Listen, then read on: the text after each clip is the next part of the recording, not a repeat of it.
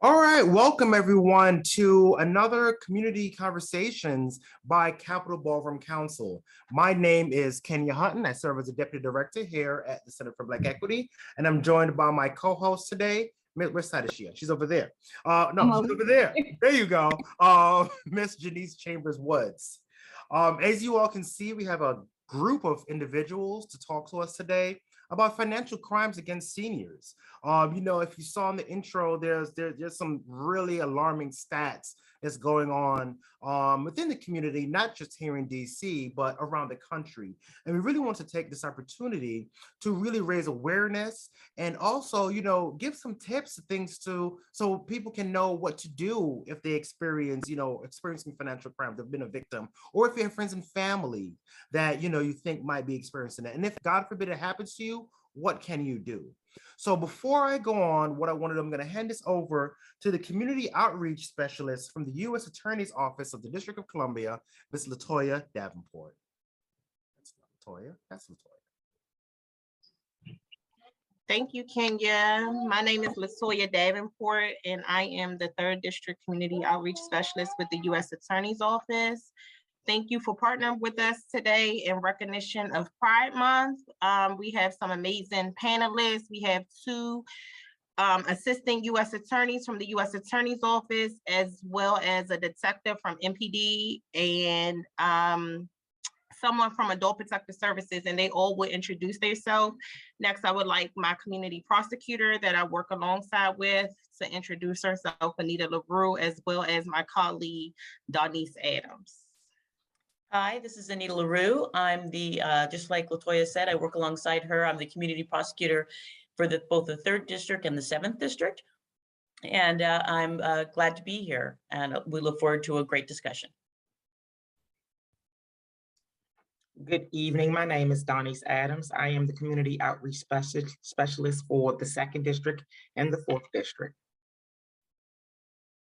Thank you. Thank you. All right, next up, can we let's introduce, let's have our representative from MPD, Detective Price. Yep, Prince, that's me, Detective Prince.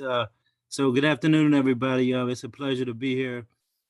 My name is Curtis Prince. I'm a detective with the DC Metropolitan Police Department Financial and Cyber Crimes Unit. And we are responsible for investigating a lot of the fraud and theft statutes in DC Code. Our unit consists of a group of detectives, and we get assigned police reports that are taken by police officers in the field. And typically what happens once a police report is taken is it is reviewed, and it is then assigned to a detective who typically follows up on the investigation.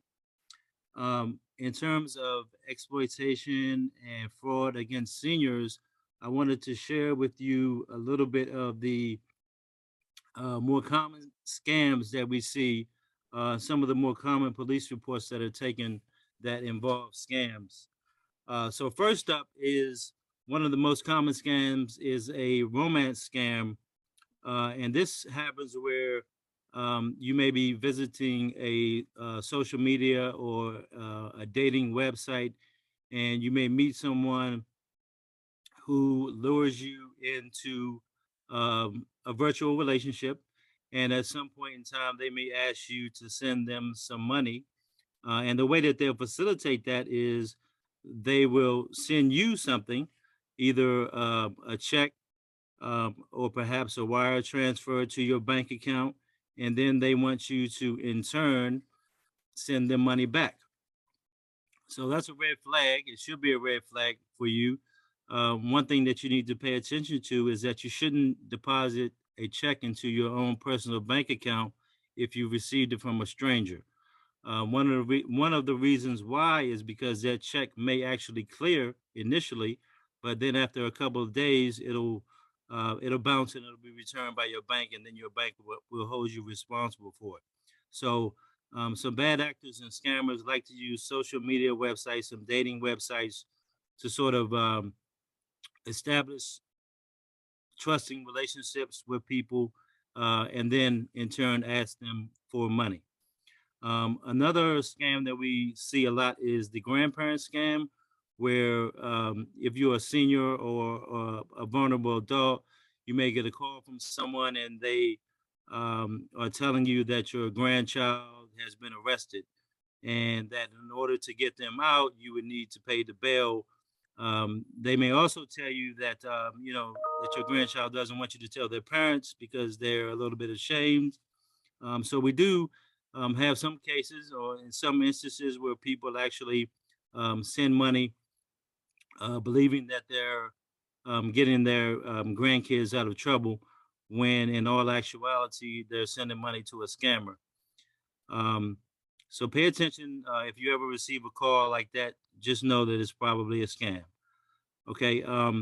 Another common scam that we see is the sweepstakes scam, where someone will contact you and tell you that you've won a prize, and in order to get that prize, you need to send some money to facilitate the processing of the winnings that you may receive. That's another red flag. Also, we see a lot of that. The computer text scams are also common. Those are scams where someone tells you that your computer has been infected by a virus, and in order to get the virus clear, they need to remotely access your computer. Red flag. Number one, never let anyone remote access to your computer, especially a stranger. If you let someone remote access to your computer, you're basically allowing them to take control of your whole computer, and they can do some things in the background, and you won't even know that is occurring. So pay attention to any phone calls that you may get from someone claiming to be from Amazon or some Microsoft, or any one of those companies telling you that there's a problem with your account.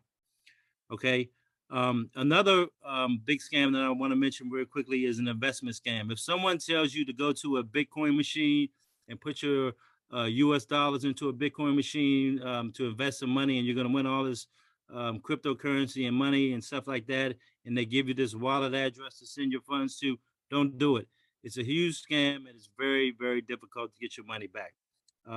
So pay attention to that if someone tells you to go to a Bitcoin machine. We see a lot of that happening recently. And lastly, I want to tell you about a way that a lot of scammers facilitate getting your money. They'll tell you to go to a Walmart, Target, or CVS and buy gift cards, and put your money on the gift cards, and then in exchange, give them the serial number on that gift card. Please do not do this. If you're purchasing a gift card and you give somebody that serial number, they can be anywhere in the world. They can redeem that gift card, from another country, another state, and it is very, very difficult to get your money back. So please do not put any money on gift cards at all, and do not deposit any checks into your own personal bank account. And one final thing that I want to mention is revealing your PIN number to your debit card. It's a big no-no. Your bank will tell you that that PIN number is supposed to be personal and unique to you, and that you shouldn't share it. So, if you're a senior and you have someone who perhaps is buying groceries for you, or going to pick up prescriptions for you, be cautious of giving your PIN number to them, because it turns into a situation where it's your word against their word, and often your bank will not refund you the money if they have discovered that you violated their banking rules by giving away your PIN number. Yeah. So another red flag. Please don't do that. So those are the common police reports involving scams that we see today. So I just wanted to mention those to you. If you happen to find yourself in a circumstance where you've lost money, or you become the victim of a scam, what you will want to do is contact your police. You can do that by calling a non-emergency number and requesting for an officer to come to your home, which they will do, or they may take a police report over the telephone. And the second way you can do that is by walking into any one of the 7 police districts here in Washington, D.C. They're open 24 hours a day, so you can make a police report at any time. All right, so I'm going to stick around. I'll be more than happy to answer some questions. I know that there's a lot of very helpful information that you're about to hear. Yeah, awesome. Thank you so much for that. Right. Well, scammers are creative, I could say. So I know we have a presentation from a special unit at the U.S. Attorney's Office in the District of Columbia. Nina. Hi, everyone. My name is Nina Taropsida. I'm a That's not Nina. special. Can you hear me? Yeah, I hear you. There you go. Okay, great. My name is Nina Taropsida. I am a special U.S. Assistant U.S. Attorney here in DC, and I specifically am the prosecutor for financial exploitation of older and vulnerable adults. My position is actually a partnership between the DC Office of the Attorney General, Mr. Racine's office, and the DC U.S. Attorney's Office. And I focus just on these cases. So I have quite a presentation. I will try to go through some slides quicker than others. And Detective Prince, who I work with on a lot of cases, has covered some of the good stuff as far as popular scams. So first of all, happy Pride Month. And as you know, as it being Pride Month and getting a lot of really interesting emails and information about the aging LGBT population, something that I read, there was a study done by an organization called SAGE that LGBT plus folks are 21%, often in the survey, 21% of them said that they're caregivers for someone older or vulnerable in their family, compared to only 6% of non-LGBT plus folks, which was really interesting to me. And so not only do we want to give this presentation as tips on ways to protect yourself, but the people that you are caring for also. I think that these are going to be I'd like to share some good preventative tips on financial caregiving as well, because that's such an important part of caring for our elders. So next slide, please, Kenya. I just want to acknowledge that there are many types of abuse, physical, sexual, emotional, or psychological neglect, and financial. These are all ways in which an abuser tries to control their victim. And we're going to focus on financial today, but just know that these are often co-occurring, which means that you might come across a situation where many are happening at once. And hopefully that after this presentation, those will raise red flags for you. Next slide. So a couple interesting statistics. Consumers who said, this is from the FTC's website, consumers who said they were over the age of 60 filed 334,411 fraud reports in 2020. That was over $600 million worth of loss. And FTC believes that that is just a fraction of the fraud that's out there. I've seen different statistics on this, but they say for every one fraud report, there's anywhere from 20 to 40 cases not being reported. So hopefully after this, we will empower you to make that report somewhere.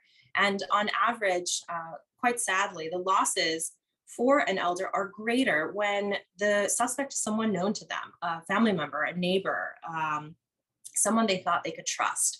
Those elders lost an average of $50,000 versus $17,000 from a stranger. Next slide.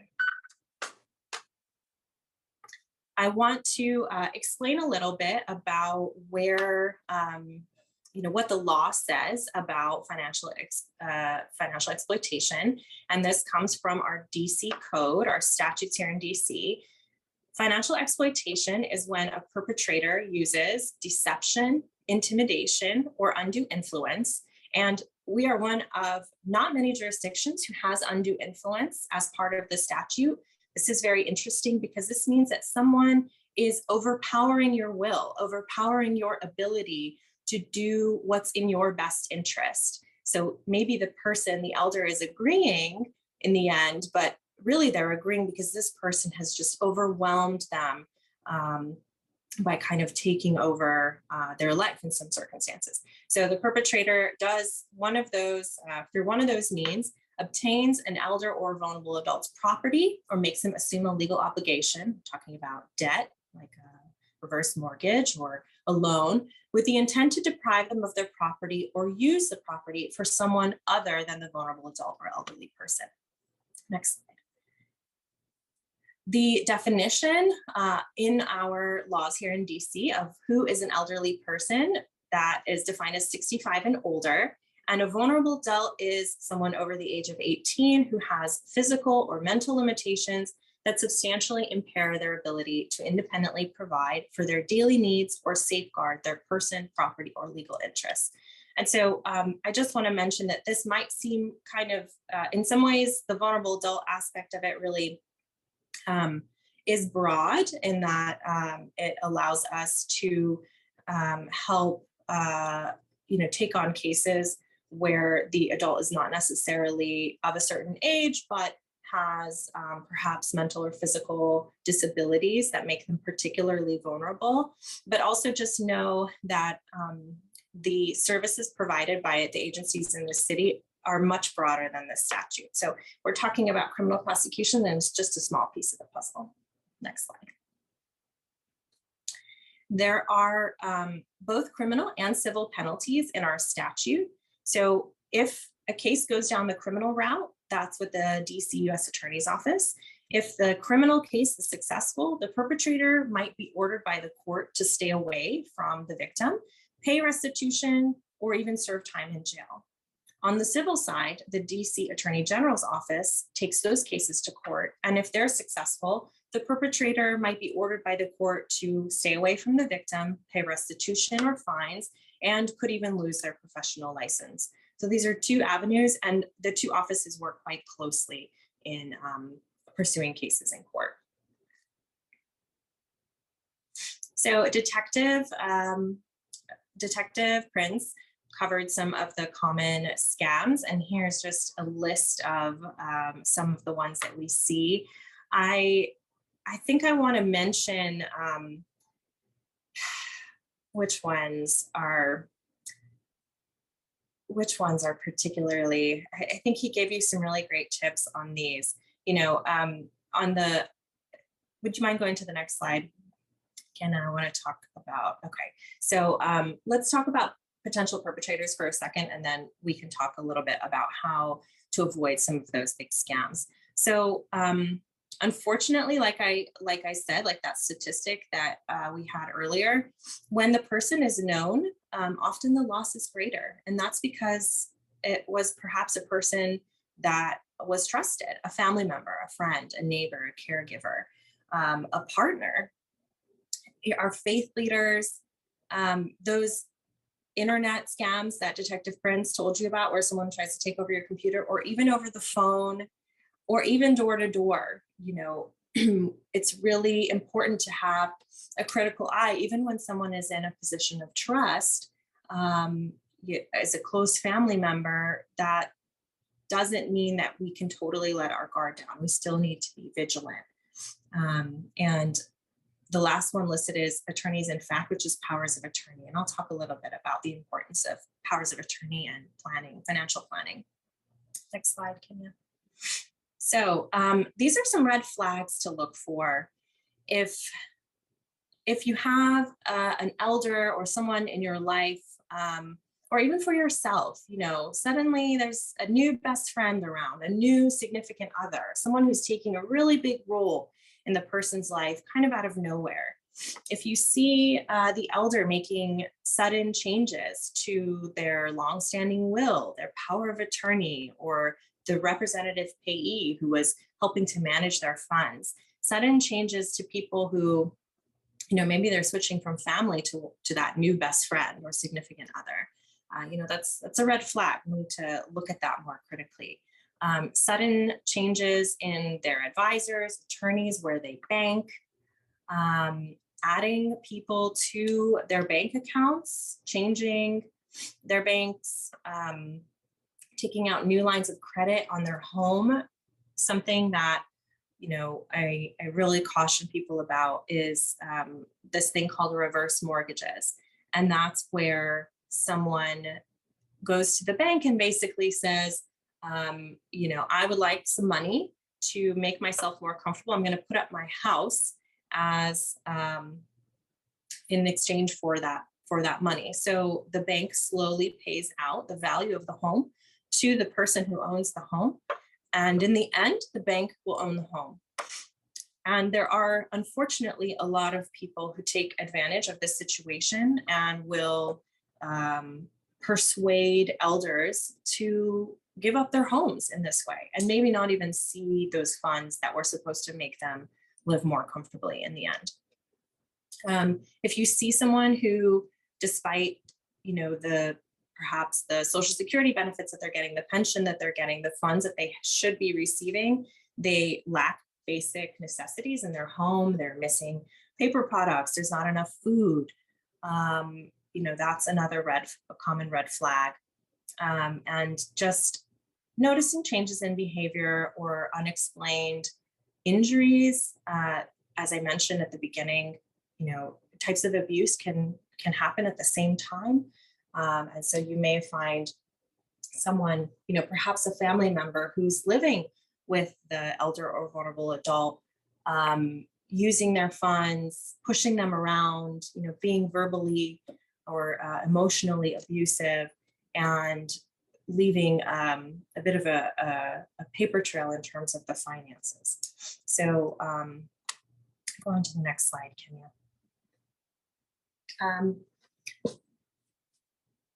I want to talk about some, at least one recent case that we resolved that I think highlights how important it is to be vigilant and how these red flags play out. So we had a case resolved recently where a man was going door to door as a security alarm salesperson on behalf of this company. And he was also a pastor of his own small church.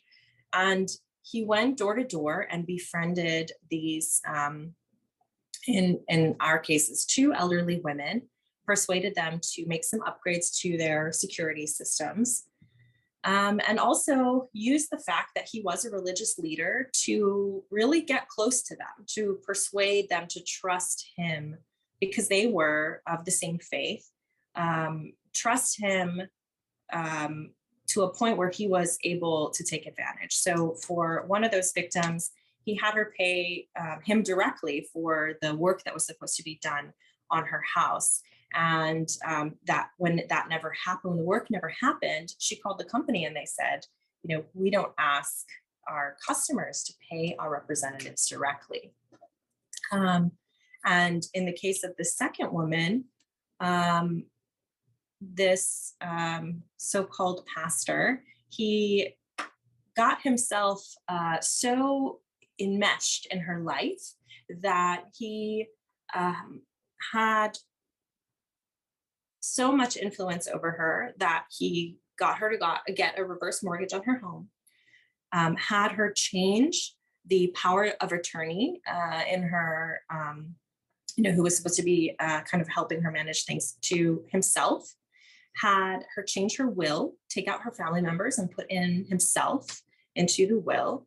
And when the reverse mortgage money came to her, which was supposed to be for improvements to her home and making her live more comfortably, he took that money for himself, over $60,000. And we prosecuted this man. He pled guilty a couple of months ago. And as part of our agreement, he agreed to pay all of the money back to both victims. And he is barred from becoming, you know, a guardian or power of attorney or any kind of serving any kind of role like that. But it just goes to show, you know, in that case, he was using the fact that he was a door-to-door salesman to access people, and the fact that he was a pastor to gain their trust. And so that just raises a lot of the red flags that we frequently see, unfortunately. Next slide. Okay, so to the prevention. Detective Prince mentioned some of the common scams. So what can you do? All right, so it seems like a scam. So what do you do then? Well, to begin with, don't answer a call from a number that you don't know. It's okay. We have answering machines, we have voicemail, we have text message. If you don't know the number, don't take it, just let it ring, and the person will hopefully leave you a voicemail, or you can verify that number afterward, see if it belongs to anybody that you know, and give them a call back. Don't click on the links that you get in your email or your text if you don't know who they're coming from. One way that you can verify is, if you get an email from someone, it looks kind of strange, give that person a call. Did you email me something? What is this link about? It's totally okay to, take a minute and verify who you're speaking to, because a lot of times, especially these phone scammers, they will call and they will say, I'm calling from Wells Fargo and there's fraud on your account, and they have all this information. They know where you bank. They have all this information about you. You think that they're legit. Well, unfortunately, the scammers are quite creative. So take a moment, take a breath, say, okay, let me get back to you.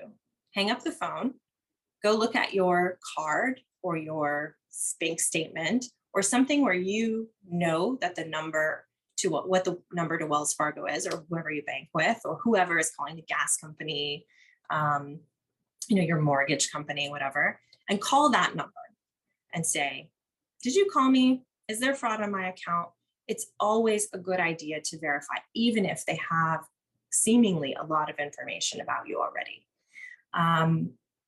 The reason we are emphasizing these cases, these types of scams, is that they're really difficult to prosecute, because once you get a phone call from one of these scammers, the truth is we can very rarely find out who they really are. And so without knowing who the perpetrator is, it's very difficult to prosecute. And that's why prevention is so important. And the last sort of category of things I want to mention is about financial caregiving. It's a good idea to have conversations with the people in your life, whether you are the caregiver or someone who is going to be needing caregiving at some point in your life, which we all are.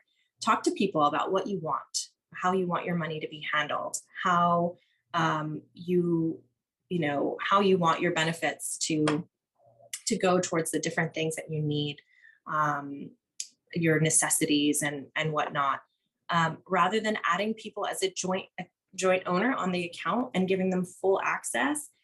Call your bank and add a trusted contact instead. And what that does is it gives the bank someone to call if something doesn't seem right on your account. If you call and you seem confused about something, or if someone calls pretending to be you, the bank can call your trusted contact and say, hey, where is Kenya? Is Kenya outside the country traveling the world and suddenly has lost his wallet? They can call your trusted contact and verify things about you without necessarily giving that person joint ownership over your money. And the thing about these scammers is they often will pressure you to act fast, and this needs to happen right now, and don't let them rush you. If you owe a business some kind of money, they're going to be happy whenever you pay. So you take the time to figure out whether it's legitimate or not. Verify who you're talking to. Talk to your trusted contacts, and make sure that who you're interacting with is really who they say they are. And bottom line, report this fraud. There's no shame. These scammers target everyone,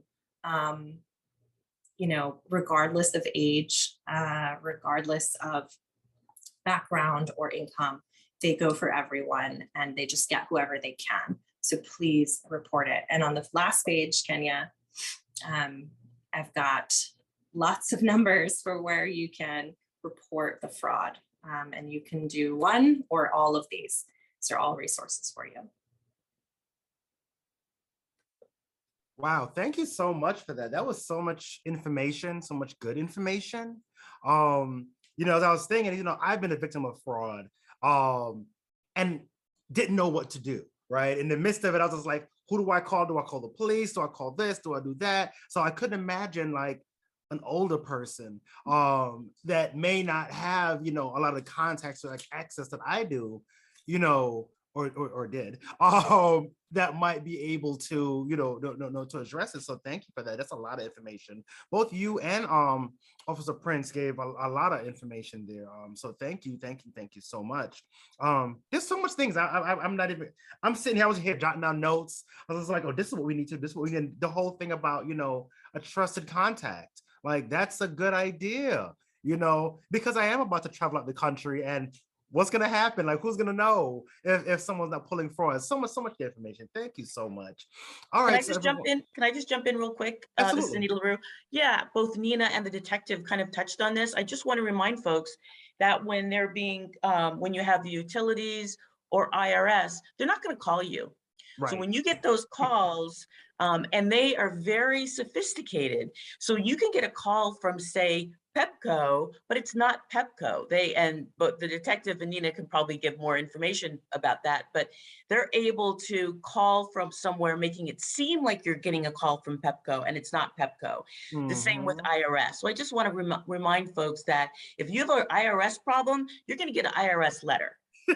Yeah, I think we talked about it the other day. Like, I've gotten those calls where like they're looking for me, the IRS is looking for me, and I'm like, they won't call me if they're looking for me. Like, I tell them, like, you're not looking for me. You're not really looking for me. And then they usually hang up. So for the other half of the presentation, I'm going to leave you all in the hands of our amazing co-host, Janice Chambers, who's worked with us before. And again, while you were talking, Nina, Janice and I was texting each other about like, oh my God, that happened to me. Oh, that happened to so-and-so and so. So, I'm gonna let Janice take the control for the second half of the presentation. Okay, thank you for that introduction, Kenya. Hello, everyone. I'm Janice, as Kenya stated, and I will be taking over the presentation. And like Kenya said, there's so much information that's been shared that I have personal experiences with that I'm glad I now know what to do. So this is going to be a great time. I'm really excited to see what's coming up next. So next we have Miss Elaine Murray that is going to speak on, what is it, adult protective services. Protective services. You took the words right out of my mouth. So go ahead, the floor is yours, Miss Elaine. Okay, I was wondering if maybe Kenya or someone set up the slides. If not, I could just talk. I have it. Okay, good. You could cast it. Thank you. So hi, my name is Elaine Murray. I'm a clinical social worker of 24 years. And I have about 10 years experience in child protection. And only recently have I been working with adult protective services with the Department of Aging and Community Living. And I'm the program manager within the department. We have 3 supervisors who supervise wonderful staff of about 20 licensed MSW, master's level social workers who investigate abuse, neglect, and financial exploitation. Next slide. So again, we're a District of Columbia state unit on aging. We used to be a small department, maybe of 12. Now we have over 120 employees. Our programs include health, education, social services for seniors and adults with disabilities, and we help their caregivers as well. Next slide. This is the population we serve: DC residents ages 60 and older, DC residents age 18 and older with a disability, and caregivers for those 2 groups. And of course, adults at risk of abuse and exploitation. Next slide. So we're a 24/7 outfit, even on the holidays. And we rotate, our supervisors and myself, we rotate being on call. So we are on all day long, every day. Holidays, every day, 365 days a year. And just recently was Adult Protective Services housed under the Department of Aging and Community Living. We used to be housed under the Department of Human Services. So it's not even really 3 years yet. So we're new to DACL. We call ourselves DACL, that's the acronym. But we were housed initially under DHS. And not a lot of folks know that, so I wanted to point that out. That we're now, APS is now under Department of Aging and Community Living. Okay, next slide. Okay, APS functions. So we're responsible for the entire city. We receive all abuse and neglect calls and investigate hotline referrals to determine whether the client has been abused, neglected, or is self-neglecting. So sometimes folks get confused. Well, what's the difference between neglect and self-neglect? Well, neglect is if you have a caregiver who's not providing you with the proper support to keep you safe. And self-neglect is maybe you wandering because of a cognitive issue, or maybe you're leaving the stove on. So we get involved in self-neglect as well, because at that point we may need a guardian. We'll talk about that a little later. So not every hotline referral, once investigated, is substantiated. We may receive a bank referral indicating that a 75-year-old hearing impaired banker seemed to be uncomfortable when requesting to withdraw a large amount of money. There was a 20-year-old male with him holding onto his arm. We get those calls. We actually get a bank statement because all bankers are mandated reporters. So we get a lot of those calls. Probably 60% of our referrals are financial exploitation. And unfortunately, most of those are substantiated, but some are not. After interviewing the senior, of course, alone, and then again with the 20-year-old or the 20-year-old alone, and then speaking with witnesses at the bank, we may determine that that relative was actually assisting that banker by their request, and they were not under influence or duress. So we have to take their word for it. They're seniors. We don't take custody of adults, but we still send all of our financial exploitation cases to the Office of Attorney General to get their advice and recommendation in case we miss something. Every case of financial exploitation is sent to the OAG's office. Next slide. Okay. So these are the, as we mentioned, the age group: individuals 18 years or older, who's highly vulnerable to abuse. So you may say, like, who's highly vulnerable to abuse at 18? Well, we have folks that age out sometimes of child protection, and they have intellectual disabilities or a cognitive issue. Intellectual disability is the clinical term for our former MMR, mildly mentally retarded. So now it's intellectual disability. And that 18-year-old might not have cognition to make decisions about who holds their bank card or who borrows their checkbook. So we do get involved in those financial exploitation cases, because if they don't have cognitive ability to make decisions, we have to protect them to mitigate the risk. We look at whether there's a recent abuse, that second bullet, of a neglect history. And actually we call them 2+ staffings. So like if this is now the third time, the third scam, the third report that the bank sent, that weighs heavily into whether we substantiate a case or not, because now we may have to do some education about financial protection for that person. And it might not be that that person has a cognitive issue, they may just trust folks and just believe that, the person is well-meaning. So we do a lot of education around financial exploitation for those type cases. And then lastly, that third bullet, if there's no willing caregiver, and again, if there's a cognitive disability, our residents may be subjected to be taken advantage of by relatives, friends, neighbors, even strangers who may notice, hey, nobody visits that person, my neighbor. I never see somebody go in there. Let me befriend them so that I can get money. I see they have a nice fancy car out there that they never drive. Let me ask to borrow it. We have a lot of possession issues where neighbors just kind of take the car and never come back, or take possession of people's houses and never leave, and then they squat. So those types of cases we do investigate. Next slide.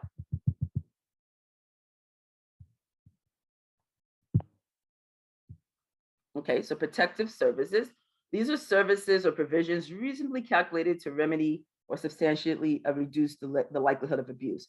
So this is like services, social services, human services that we put in place to mitigate risk. So we don't, we want to be least intrusive, right? This is APS. When you hear adult protection, there's a substantiation that's coming around, right? They don't necessarily want to let you in to talk to you, but sometimes they're happy to see you, and they may have a food or heating issue or shelter issue, and we provide those resources as well. Next slide. So a mandated reporter, of course, we work collectively to gather information to complete our investigations, and our mandated reporters, they actually have to say who they are. They have to give their name, their contact information, because we do need them to help in our investigation. So these are the mandated reporters. Of course, our guardians, conservators, healthcare administrators. We get a lot of calls from the hospital, licensed health professionals. When you read this list, you may say, okay, so what does that have to do with financial exploitation? Well, sometimes the doctor may call in and say, I saw them take the credit card. I saw them take money out of their wallet. Everybody has eyes if you're a mandated reporter. I saw this happen. So we do investigate those cases. And the more detailed, the better. So this next list, next slide, is going to interest you because as I stated, next slide, I worked in child protection. So this volunteer list kind of shocked me, right? Because some folks on this list would be mandatory reporters for children. But of course, as I stated earlier, we don't take custody of adults. And, we have a right to free will and self-determination as adults, right? So even if I'm 90, you can't necessarily come in my house and say you're going to provide me services if I neglect it or don't want it or refuse it. We'll talk about how we get to those cases and mitigate risk for those types of cases in a minute. But this is our volunteer reporter list. Of course, your clergy may see something. It's up to him to say it, but he's not required. Teachers, you may say, well, why is teachers on that list if you're dealing with seniors? Well, again, that 18-year-old may still be in school if he has an intellectual disability. And that teacher doesn't necessarily have to tell us if that person is being abused. They're voluntary. It's voluntary. So keep that in mind. Next slide. Okay, hold on. Just go back up. Making a report. Reports can be done orally, in writing. It can be an email. We get a lot of city council reports by email. We get neighbors who find me. They do a Google search and they send emails. Listen, I saw this woman who she used to have a BMW out front. It's gone after this young man has been frequenting her house. We get those reports. So it could be oral, written, and we investigate everything. You don't necessarily have to know the person's name. You could just know the address. You may not even know the address. You can tell us whereabouts they are. And we'll come out to that referrer and have them point out where they live. And we have to investigate it. Some investigations are anonymous. A lot of family members who report financial abuse, they don't want to tell that they're reporting their niece or their son or their father for abusing grandma. So they'll say anonymous, and that's okay. We still investigate those cases, and you can remain anonymous. Okay. So on this list, making a report, you should give the most information as possible, because when we do go out, in time, like if say we go out in 3 days, what you're saying on the phone 3 days ago, you may forget when we come out to see you. So that first line of contact when you make that call is very important, because the most information we get, the better for substantiating a case of exploitation. Okay, next slide. So what happens to an APS report? Our hotline, as I mentioned, 24/7, 365 days. We get calls all day long, and we have rotating social workers who take calls all day long. A lot of times the hotline social workers are equipped enough to screen out cases that's not appropriate. I'm calling because I have a trash issue. Okay, well, here's the number to DPW, or this is the number to, your local, district agency to help you remove your trash. You get a lot of calls in the hotline that's not appropriate. The ones that are screened in and appropriate, we meet daily, every day. Starts at 11 o'clock. I want to say it ends at 12, but if we get, like we did 2 days ago after the holiday, 22 calls that we have to investigate and refer, we screen every case individually. We read every report daily. I'm a part of that team. My 3 supervisors and myself, we talk about those hotline referrals every day. And if we finish at 12, that's wonderful. If we don't, we keep going until we're done. And the other day we were done maybe 1:45 from 11 o'clock, reviewing every single referral that you call in. So don't be discouraged when you're saying, oh, they're not going to read it. They're not going to understand what I said. We go through those calls every day. So if a call is screened in, the case is assigned to an APS social worker. Again, they're all licensed social workers, and they investigate the case. So APS cannot share the outcome of a referral unless, of course, they're helping like MPD, Detective Prince. Like we work collectively with him. I need more information on this assault. We would share, okay, well, this is where they live. But like a referrer down the street, maybe a neighbor, they may call and say, well, did you get that son who stole that car? We actually can't tell her that information. Okay. So some exceptions, of course, is the OAG office. They're helping us prosecute, the perpetrators who are financially exploiting our seniors and intellectual disability adults. Of course, MPD, as I mentioned, we can get court ordered. We get court ordered to share information. We may get a request made by the person. So maybe the person we're investigating said, I want you to tell my sister what happened. And yeah, if you tell us that in writing, we can share that information. And of course, a court appointed or a legal representative. These are exceptions where we have to share the information. Next slide. So I wanted to tell you a bit about social services, although that's just one of 3 community services divisions at DACL, because although, like I said earlier, we may investigate a case, we may just be providing a service. So say someone calls in a self-neglect and we find out, well, it's self-neglect because I can't get out of bed because I'm sick, or I'm physically disabled, or I have a heart disease, or I have issues that I can't mobilize. We actually help the client receive Medicaid waiver enrollment. We have a department, MES department, Medicaid Enrollment Services Department, that work collectively with us to get that person a home health aide, because that's a way to mitigate risk of self-neglect, right? People who self-neglect don't purposely want to, they have to, or they're forced to because they don't have a caregiver, or they can't mobilize or do what they used to do before they aged or before they became sick. So these are the services we provide. We work directly with case management, their department, to get resources. Our community transition team, if we find that a person's better off in a long-term care facility because there's absolutely no caregiver and they need medical attention, we do help them get into a long-term care facility. And so we actually have a department, community transition, and a group of case managers and social workers who actually work with their nursing homes to transition folks back into the community. So we have a full, spectrum of folks that help wraparound services for folks that we serve. And of course, we have home delivered meals that just came in about a year ago from the community. We help with helping folks get food if they can't cook anymore, if the dexterity is off and they can't turn on the stove. We make sure that they get fed 7 days a week. All right, next slide. And of course, services we provide, adult daycare, as I mentioned, case management, connect you to counseling services, emergency shelter. These are all the services we provide as an agency. Next slide. So I'll kind of gloss over case management because they don't necessarily deal with financial exploitation. But again, when we go in for what may appear to be a financial exploitation case, we may find that that person actually needs case management. They need supportive services, and we may find there's mental health capacities that maybe that's why they're in a second scam. There's cognition issues. So we do align ourselves with case management to help make the links, to help our residents get the supports that they need. Next slide. And of course, case examples. We have a nutrition socialization services where seniors actually come in every day. They work out. We have activities at our centers across the district. Next slide. So as I mentioned earlier, they're not children. Adults aren't children. And we have to say this a lot. It sounds funny saying it, right? But adults aren't children. And 18, you're an adult. So if you say to us when we try to investigate and provide you with support, I don't want you to come back. I don't need your resource. I want you to leave me alone. I gave my daughter $1,000. I want her to have it. If they say that to us, we really kind of have to leave. Like, they have a right to self-determination, and we don't want to violate people's civil rights. But there are cases, as I mentioned, where we do have to intervene, and we'll get to that. But this is the right to refusal, the law. Okay. Next slide. So referrals that we make to MPD and other agencies, we involve them, of course, in the sexual assault cases that we get where people are abusing seniors and folks with capacity issues. We involve them in every case, MPD. They may actually refer to us, and then we work collectively to investigate that case. And of course, OAG's office, as I mentioned, they help us for those financial exploitation cases. There's a whole separate department that just deals with financial exploitation.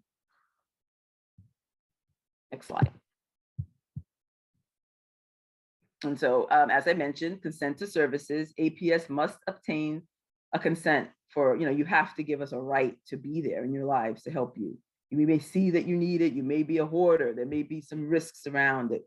If you have capacity, you have a right to live in a dirty house. You have a right to trip over 1,000 boxes. If you tell us you don't want us in that home, we really can't provide your service. But for most of our financial exploitation cases, unfortunately, there is duress due to capacity issues and cognitive issues and dementia and Alzheimer's. So those are the cases that we do kind of go against the consent and say, listen, we have to elevate this to an attorney. We have to get this resolved. You may need a guardian, a conservator, somebody to monitor your funds. So that's the exception to the rule. Next slide. And as I mentioned, self-determination. You have a right to live how you want to live. You have a right to give your son $250,000. We have cases like that all the time. The bank says, you took out this 80-year-old took out $250,000 and gave it to their son for college. You have a right to do that. You know, unless there is dementia or you're coerced, we do get involved in those cases. Okay, next slide.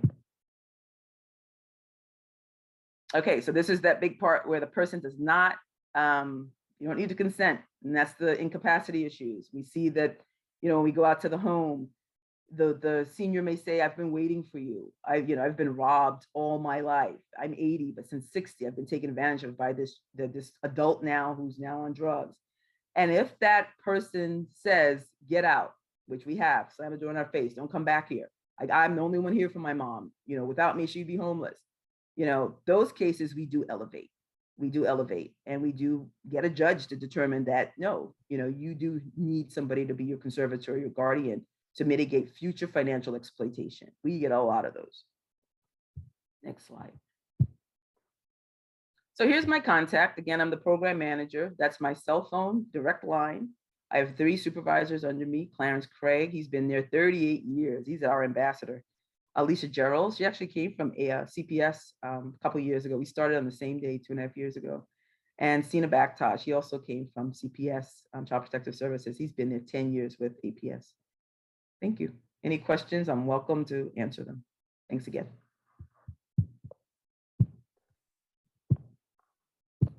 Wow, that was a lot of information. And when you tap into discussing about people with dementia, that you said that unless the elder has dementia, then you really can't step in, because there are a lot of dementia cases going on right now. My grandmother has it, so I deal with it personally. And that was good information to know on how to deal with that accordingly. Thank So you. I really think that was really, really helpful. No problem. I'm trying to figure if I have any questions. Oh, I do. I do have a question. So you mentioned Medicaid inside of your slides, and I wanted to know that there are a lot of calls that are going around now for people trying to enroll people into Medicaid or see if they can enhance their Medicaid services. Is that fraud as well, or is that like a legit way that Medicaid actually contacts people? That one I never got. And like I said, we review sometimes 20 allegations a day. I've never seen that, but maybe the attorney's seen it. I've heard of a scam, a prescription scam, where they'll will pretend to sell you fake prescription medicine. But I haven't heard about a Medicaid scam recently. I haven't heard about that recently, but it's very possible. Oh, okay. I think that's another one of those situations where you want to verify who you're talking to, because they are probably going to ask you for a lot of personal information, and now maybe they have information to use for, you know, a scam totally separate from that. So it's a good idea to verify, you know, call a number that you know is associated with Medicaid and see if it's real. You know, and I just wanted to mention one of the ways that your information can be compromised is if you're throwing it away in the trash. So if you're like throwing away like your Pepco bill in the trash, there are people that will go through your trash and get that information, and then they get your account number and they'll call you and act like they're from Pepco, and you may think it's legitimate because they've got your last bill. So try not to throw your utility bills directly in the trash. You should probably shred them and then put it in the trash. So I had made a note of that, so I wanted to just provide that little tip. That's good information to know too. My grandmother, she will not throw anything in the trash. She won't even use her bank card. She's so paranoid about being, you know, a victim of fraud. So that makes sense that everyone should have a shredder in their home to get rid of their pertinent information.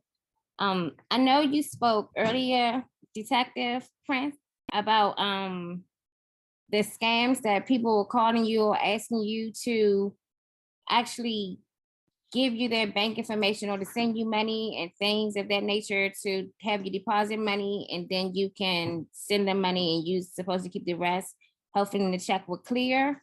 That actually has happened to my daughter, and it was the same situation. So I understand how it goes, and we ended up having to pay $3,400 back.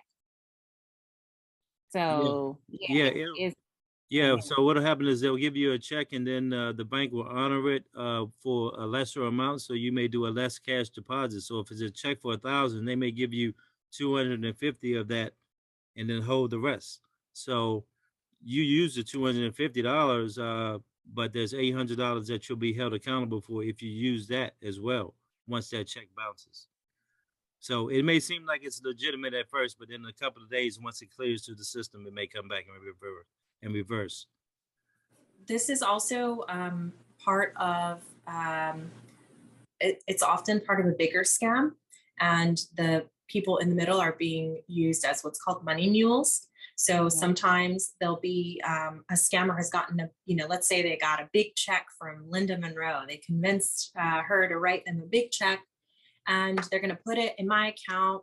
Oh, I'm going to send you $5,000. You send me, 4,000 of it, and you keep 1,000 of it for yourself. This is one way in which they make it difficult for us to track the money and where it goes and trace it, because it goes through the accounts of unsuspecting people who are being scammed themselves.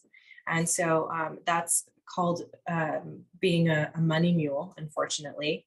And it is a way in which scammers scam, many people in small ways as part of a larger scam to get a large amount of money.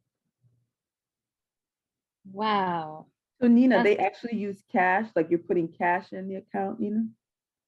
They will, so they'll often have someone wire money they'll convince some victim to wire money into an account. They'll say, here's the account information. This is my friend. I'm out of the country. They're going to cash at me money or whatever. So that wire comes into your account, let's say, and you're just helping somebody out. And so then you transfer the money, and maybe like in the example that Detective Prince gets, that thing, it's a check and it bounces in the first place, or it's a wire that's been scammed off of somebody else. And now you are, in the chain of being of this like larger scam. Yeah. So you may actually be keeping a couple $100 of money that was scammed off of somebody else, and you wouldn't even know. So really, only be using your bank account information for people that you really trust. Verify situations like that and where money is coming from. If something doesn't add up, I don't know this person. This is your friend. You're out of the country. How are they going to get money to you? Why can't I cash app you if you really need money? Ask the questions. Ask the questions and just be careful. I would like to mention one as well. It's not quite this is Lynn Monroe I'm Deputy Chief on Major Crimes at the U.S. Attorney's Office, and I'm focusing on the 4th District and the 6th District right now.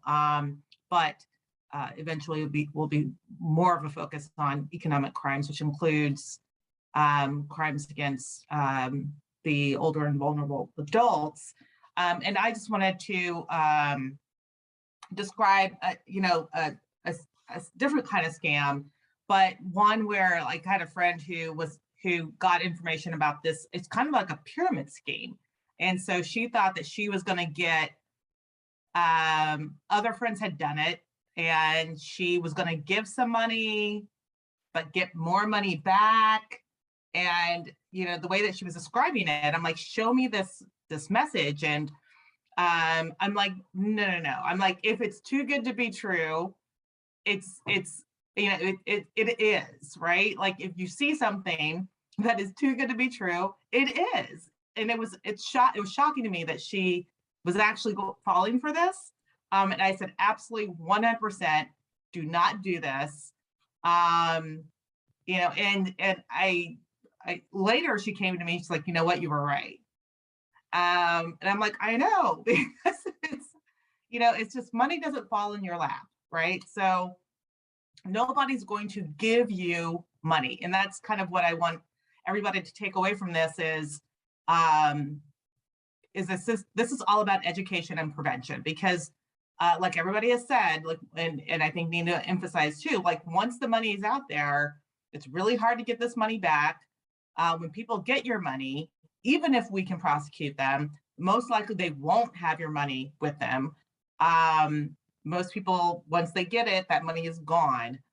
And so it's just, this is an education and prevention that we want you to take in, that we want you to encourage to share with other friends and family. We want you to be able to have the ability and to say no to people, right?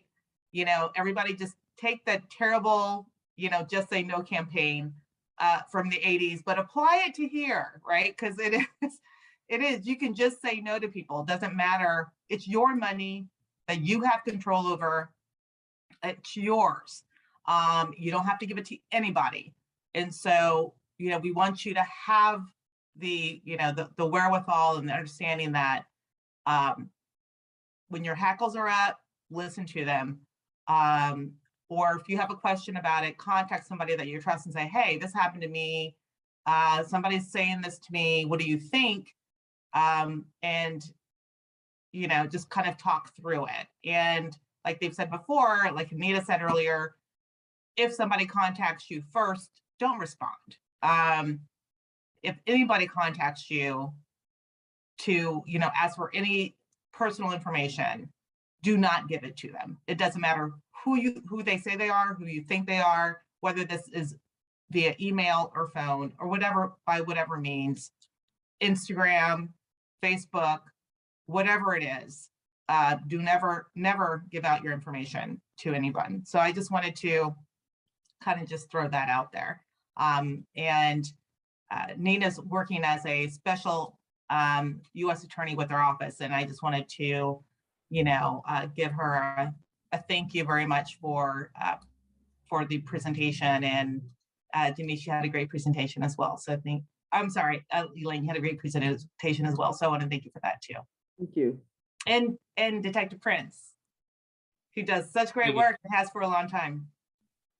Yeah, thank you. And you know, I just want to mention to people also, because I know that there's some people out there. Don't be ashamed or afraid to report if something like this happened to you. It happens to a lot of people. I almost got scammed myself when someone called and said they were from the police foundation taking donations. You know, so don't be afraid if this happened to you. Don't be ashamed. We're here to work with you. We have actually a great team. I personally have worked with everyone on this call. We all work together to try and help people. So don't be afraid, and feel free to reach out if you need assistance. And just to piggyback on Linda and Detective Prince, if you can self-refer, you know, if you're watching this video and you say, well, no one's reporting it for me, you can call and say, listen, this is happening to me. We investigate self-referrals as well. So thank you for saying that. Just say no. So there's folks that we meet that say, I don't know how to say no. We can help you say no. It's a call. We'll help you. That's great information, because I tell you, there are a lot of people who don't even know that they have this resource to actually, you know, report fraud, especially to elders. Elders really don't know, because they mainly listen to the closest relationship, the person they have the closest relationship within the family. And a lot of times they don't even acknowledge the fact that they are being scammed by family members. So when that is happening, like their caregiver could be their daughter, grandchild, or whatever, how does one go about just getting the information to report it, especially if they're not social media savvy, or, you know, they really don't have the outlet, because the only outlet is the person who they deem closest to them that's doing it? It has to be through outreach. We have to make sure that we reach the folks who can't reach us. Yeah, it's only really through outreach and doing more of these presentations so that they can see it. So, oh, sorry. I was going to say, one thing that perpetrators of all kinds of abuse do is isolate, right? That is actually a tactic, is to isolate that person so they can only rely on the one person who's actually taking advantage of them. So we need to maintain our connections and, you know, utilize our resources like APS and other community organizations who give people an outlet. That's good to know, because I've actually seen that happen. Maybe getting an anonymous tip soon, but do you all go out to like the senior buildings, the housing that they have in DC, and talk to the seniors there to let them know that this information is available to them? We have an entire outreach department that does that. Angela Richardson, you can call the number on my first slide if you want information on that. But yeah, that's an office of probably over 10 people that reach out to everyone in the wards and give them information on what we do. Mhm. Oh, that's good to know. That's great work. And That's us as community outreach specialists, we go out in the community and we educate the seniors on financial crime, domestic violence. But right now, being so we are still virtual, we do everything on these type of platforms. And like, just to piggyback on that, we do work with different seniors homes and or apartment buildings that may not be an official seniors home, but has a large population of seniors. Latoya and I go out to those, as well as community centers with seniors programs. You know, one thing the seniors like to do is go and gather and eat. But like Latoya said, even those have been online, but hopefully I think more people are now coming out. But we have been for the last 2 years logging on and, you know, doing presentations with those community groups also. That's great. That's a wonderful job, because it really needs to, the information has to get out of there, because a lot of these seniors really do not know that these things exist or that these things are actually happening to them, because they're so used to dealing with whoever's closest to them and they trust them. But it's really great information to put out there, and I'm glad we're actually doing them a service by even bringing this topic up, and I'm going to put it on social media to let them know that they have options and there's actually help out there for them. So I thank you all for that. This has been a really great conversation. I really don't know where else to go with it, because you've actually tapped on every question, bullet point that I could have actually asked. You cleared it up.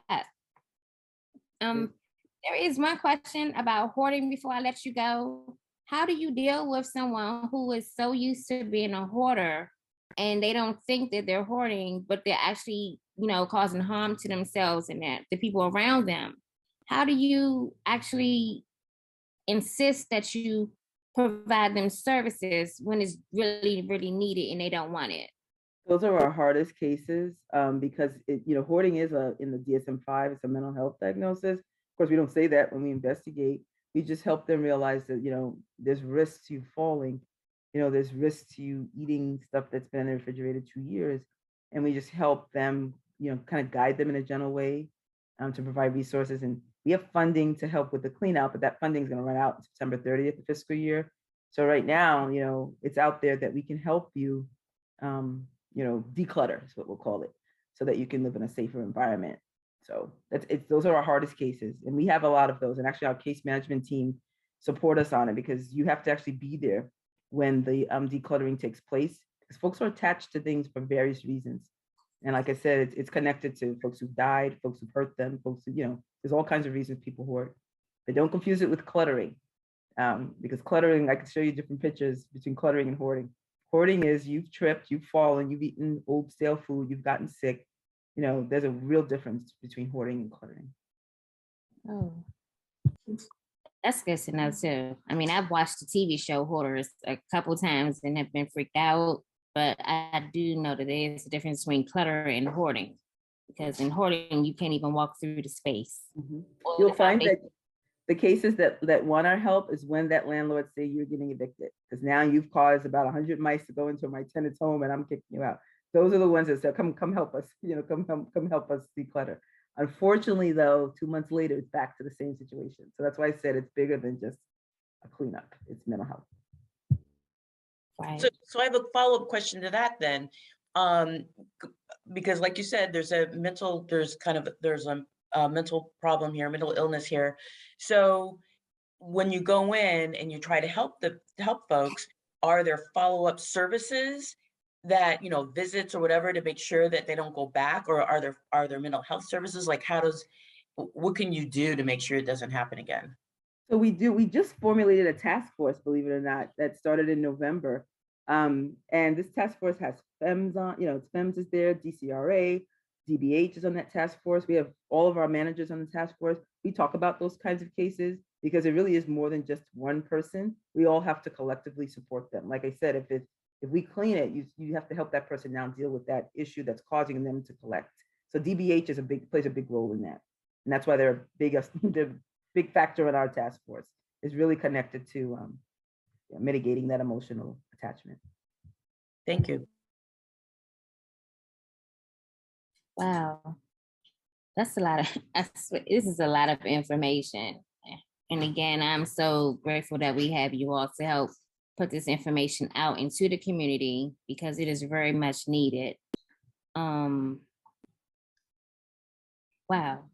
I don't really know where else to go. I'm still processing everything that you just told me, because it was a lot.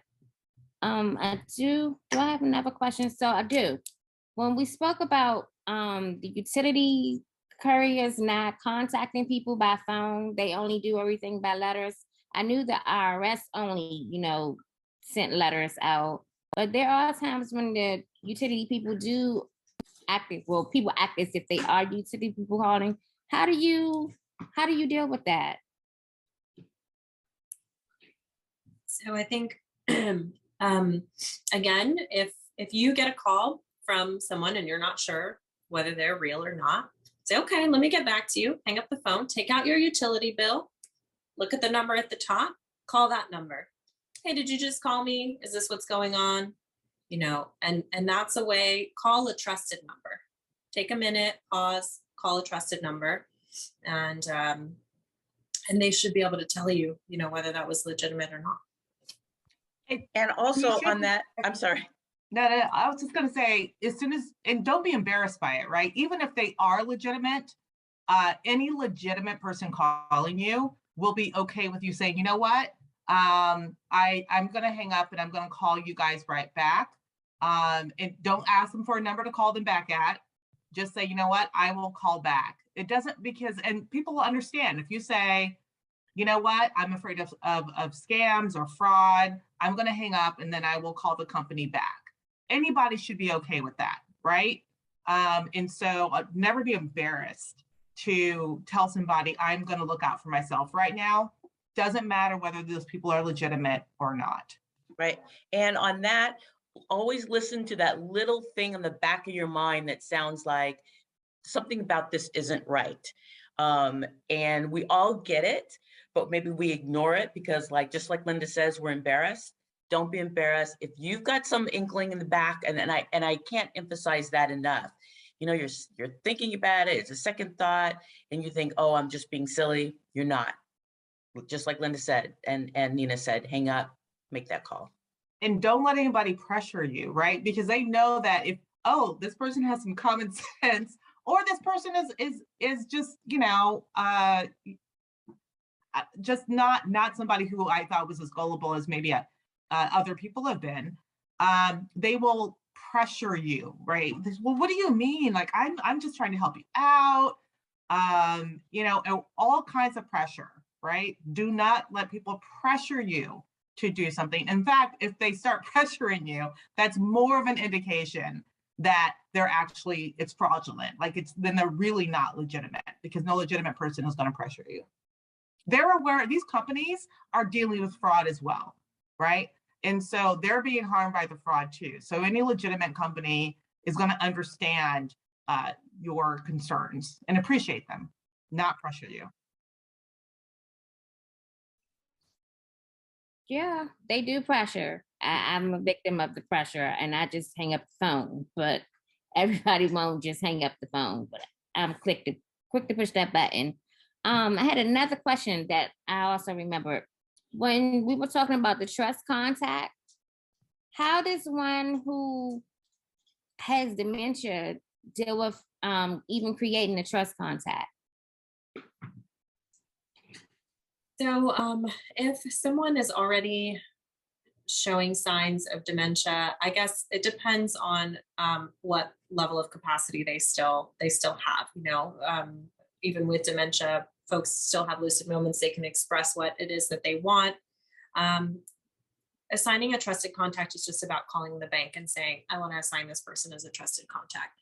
Something you may also want to work on with that person is getting a legitimate power of attorney if they still have the capacity to be able to express that that's what they want to do. I want to give this person, there's two types of powers of attorney.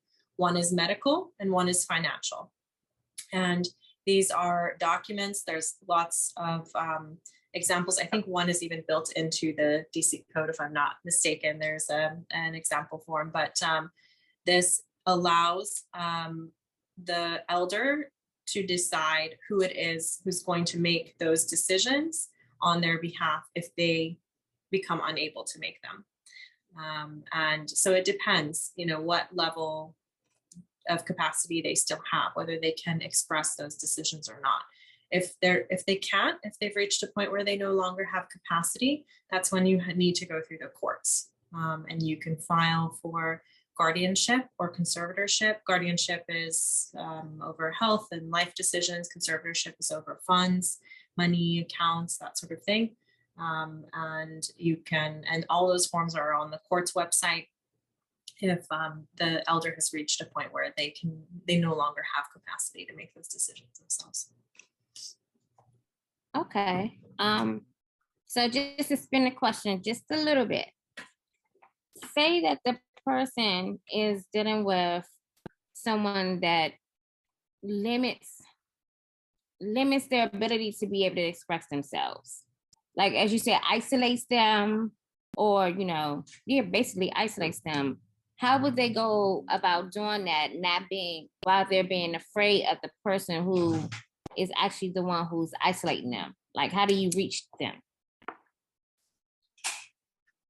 Well, we actually wouldn't know. But if you're experiencing a situation like that, I would suggest when you get a free moment by yourself to make a call to someone and ask for help. When the person that's isolating you is not around, is the perfect time to call and get some help. Okay, that's Calling good. APS too is a really, and Elaine, maybe you can expand on this, but APS social workers, when they go out there, they're really good about, okay, we're going to try to talk to the elder, when the person who's perhaps exerting the wrong kind of influence, undue influence, is not around. The social workers are really great about trying to get to the bottom of what's going on. They're quite good at that. So maybe it's a call for APS. Okay.